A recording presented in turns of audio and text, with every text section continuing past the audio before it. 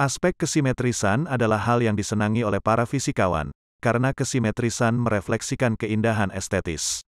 Seorang ahli fisika teoretis, biasanya menguatkan antena intuisinya ke arah aspek ini, dalam kontemplasinya mencermati alam semesta. Paul Dirac, pemenang Nobel tahun 1933, melihat peran keindahan dalam sains sebagai pusat evaluasi teori. Bagi Dirac, keindahan adalah ciri dari teori fisika yang baik. Dalam naskah The Evolution of the Physical Picture of Nature, Dirac berargumen, tampaknya salah satu fitur mendasar dari alam, adalah bahwa hukum fisika dasar dijelaskan dalam kerangka teori matematika yang sangat indah. Di tempat lain dia berkata, hukum fisika harus memiliki keindahan matematis. Bicara tentang matematika adalah bicara tentang angka. Dan rasanya, tidak ada angka yang lebih merefleksikan kesimetrisan seluruh entitas di alam semesta ini, daripada angka 168. Adalah fakta bahwa angka 168 hadir di seluruh makhluk di alam semesta ini. Kehadiran angka 168 yang demikian absolut, seakan ingin menegaskan bahwa alam semesta ini adalah 168 itu sendiri. Dengan kata lain, tidak ada yang berbeda di dunia ini, semuanya adalah 168. Dan itu, memang benar. Jawaban untuk fenomena angka 168 ini, tersaji nyata pada salah satu nama Allah, yakni Ahad, nama yang dia perkenalkan dalam Al-Quran pada surat Al-Ikhlas. Secara harfiah, Ahad berarti, satu. Dan jika kita cermati, nama Ahad berakar pada 3 huruf yaitu, huruf Alif, huruf ke-1 pada aksara Arab, huruf H, huruf ke-6 pada aksara Arab, dan huruf Dal, huruf ke-8 pada aksara Arab. Jadi, bentuk tulisan numerik dari nama Ahad adalah 168. Sedari tadi, Anda mungkin bertanya-tanya, apa buktinya, jika semua makhluk di alam semesta ini, memiliki kode 168? Berikut ini buktinya. Anda tentunya telah mengetahui, bahwa seluruh makhluk di alam semesta ini terbentuk dari susunan miliaran atom. Atom sebagai partikel terkecil itu, pada dasarnya, tersusun oleh apa yang oleh fisikawan, disebut sebagai subatom. Subatom inilah, yang umumnya dikenal dengan sebutan inti atom, yaitu, proton dan neutron. Di proton dan neutron inilah, kita dapat temukan kode 168. Yaitu pada nilai konstanta massa keduanya. Nilai massa konstanta proton dan neutron, ada di sekitar angka kurang lebih, 1,68. Dan jika kita lebih mencermati, di tingkat partikel fundamental, hanya ada 1 Higgs boson, 6 quarks, dan 8 gluon yang berinteraksi. Ada juga 6 lepton tapi, keluarga lepton tidak berinteraksi dengan gluon. Hanya keluarga quarks saja di antara semua partikel fundamental yang berinteraksi dengan 4 gaya fundamental. Yaitu gaya elektromagnetik, gaya gravitasi, gaya nuklir kuat, dan gaya nuklir lemah. Hanya quarks saja yang berinteraksi dengan gaya nuklir kuat yang dimediasi gluon. Dan ini yang menentukan jalan cerita formasi 1, 6, 8 dalam dunia kuantum. Setelah gluon bekerja mengikat kuark dan menghadirkan proton dan neutron sebagai partikel inti atom, kita kembali menemukan angka 1, 6, 8 pada nilai konstanta massa proton dan massa neutron. Deretan nilai pada konstanta massa neutron misalnya, 1,675, bisa dikatakan sangat identik dengan 1, 6, 8. Demikianlah, saya, Anda, dan alam semesta ini, yang tersusun dari miliaran atom, pada dasarnya memiliki kode yang sama, yaitu 168. Kita semua berasal dari Sang Ahad, atau Sang 168. Dan bukan itu saja, ketika Allah atau Sang Ahad, menciptakan alam semesta ini, dengan menyebut atas nama Allah, atau Bismillah, sebenarnya pada saat itu, pada saat yang bersamaan, disebut pula angka 168. Itu karena jumlah gematria kalimat Bismillah, adalah 168. Kata Bismi jumlah gematrianya, 102, sementara kata Allah jumlah gematrianya, 66. Jadi jika dijumlahkan hasilnya, 168.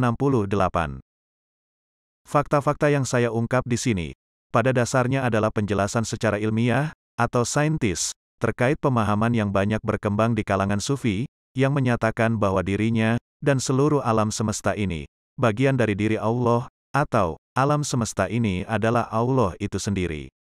Pemahaman ini, misalnya disampaikan oleh Al-Hallaj, Jalaluddin Rumi dan juga Syekh Siti Jenar. Jadi, pemikiran Al-Hallaj, Rumi, dan Syekh Siti Jenar, rupanya dapat dibuktikan bukan saja dalam konteks pemahaman spiritual, ataupun logika akal, tapi juga dalam konteks materialistis, atau empiris. Fakta terakhir yang ingin saya sampaikan dalam kesempatan ini, adalah tentang durasi waktu 168 menit waktu akhirat, sebagai waktu kehidupan manusia di dunia, terhitung sejak Adam dihadirkan ke dunia, hingga akhir zaman nanti. Dalam video saya yang lain, yang berjudul, Makna Surat Al-Asr dan Momen Nabi Adam Keluar dari Surga, telah saya jelaskan bahwa Adam dikeluarkan dari surga dan dihadirkan di dunia, tepat pada pukul 3:12 waktu asar di akhirat. Jika kita menghitung durasi waktu yang tersisa, terhitung dari jam 3:12 waktu asar hingga tepat jam 6 petang, maka, durasi waktu yang tersisa yaitu 168 menit. Ketika di akhirat nanti telah memasuki jam 6 petang, maka, berakhirlah kehidupan di dunia ini. Demikianlah, kehidupan manusia di dunia terhitung sejak Adam hingga akhir zaman nanti, berlangsung di waktu asar yang sama. Dengan kata lain, saat Anda menonton video ini, di akhirat, masih berlangsung waktu asar yang sama ketika Adam dikeluarkan dari surga. Inilah sebenarnya, makna esensi dari surat Al-Asr. Bunyi ayat pertama pada surat tersebut, yakni wal asri, yang selama ini dimaknai, demi masa, akan lebih tepat jika dimaknai menjadi, demi waktu asar. Jadi, pemahaman holistik seperti apa yang semestinya kita bangun, dari mengetahui bahwa kita dan alam semesta ini memiliki kode 168 yang sama, dan di sisi lain, durasi waktu yang dijalani manusia dalam kehidupan dunia hanya berlangsung selama 168 menit waktu akhirat. Dalam pandangan saya secara pribadi, hal ini bisa jadi, saya tegaskan lagi, bisa jadi merupakan isyarat bahwa seluruh alam semesta ini, semata-mata diciptakan Allah hanya untuk drama kehidupan umat manusia di bumi yang berlangsung selama 168 menit waktu akhirat. Itulah mengapa dia memperkenalkan dirinya sebagai Sang Ahad atau Sang 168, dan memberi kode 168 kepada semua makhluk ciptaannya. Atau dengan kata lain, ini mengisyaratkan bahwa bumi adalah panggung utama, atau pusat alam semesta. Klaim ini, bahwa bumi adalah pusat alam semesta, tentu saja mengingatkan kita pada pertarungan dua teori yang legendaris, yaitu antara teori geosentris dan teori heliosentris. Geosentris yang disampaikan Claudius Ptolemy sekitar 1800 tahun yang lalu, berpandangan bahwa bumi adalah pusat alam semesta, dan oleh karena itu, Ptolemy beranggapan, planet-planet dan matahari berputar mengelilingi bumi. Teori ini bertahan selama lebih dari 1400 tahun, hingga kemudian digantikan oleh teori heliosentris yang berhasil diberi pembuktian oleh Kopernikus dan didukung oleh Galileo, bahwa yang sesungguhnya terjadi adalah, bumi dan planet-planet lainnya lah, yang berputar mengelilingi matahari. Dalam pandangan saya, dalam konteks empiris, ya, teori heliosentris memang benar. Tetapi dalam konteks fungsi dan tujuan penciptaan alam semesta oleh Allah, maka, teori geosentris bahwa bumi adalah pusat alam semesta adalah hal yang benar. Dalam Al-Quran pun sebenarnya Allah telah menyampaikan hal ini, bahwa benda-benda langit itu Dia ciptakan untuk manusia. Misalnya pada surat An-Nahl ayat 12, yang berbunyi, dan Dia tundukkan malam dan siang, matahari dan bulan untukmu. Dan bintang-bintang itu ditundukkan untukmu, dengan perintahnya. Sesungguhnya pada yang demikian itu benar-benar ada tanda-tanda kekuasaan Allah, bagi kaum yang memahaminya. Surat An-Nahl ayat 16, yang berbunyi, dan Dia ciptakan tanda-tanda. Dan dengan bintang-bintang itulah mereka mendapat petunjuk. Surat Al-An'am ayat 97 yang berbunyi, dan Dialah yang menjadikan bintang-bintang bagimu, agar kamu menjadikannya petunjuk dalam kegelapan di darat dan di laut. Sesungguhnya kami telah menjelaskan tanda-tanda kebesaran kami kepada orang-orang yang mengetahui. Jika ada angka yang layak disebut sebagai angka yang paling istimewa di alam semesta, itu mestilah angka 168. Mengenal angka 168 hingga ke tingkat hakikat, pada dasarnya mengenal esensi dari tujuan Allah memperkenalkan dirinya dengan nama Ahad dalam surat Al-Ikhlas. Bukan nama Wahid yang pada dasarnya, juga artinya, satu.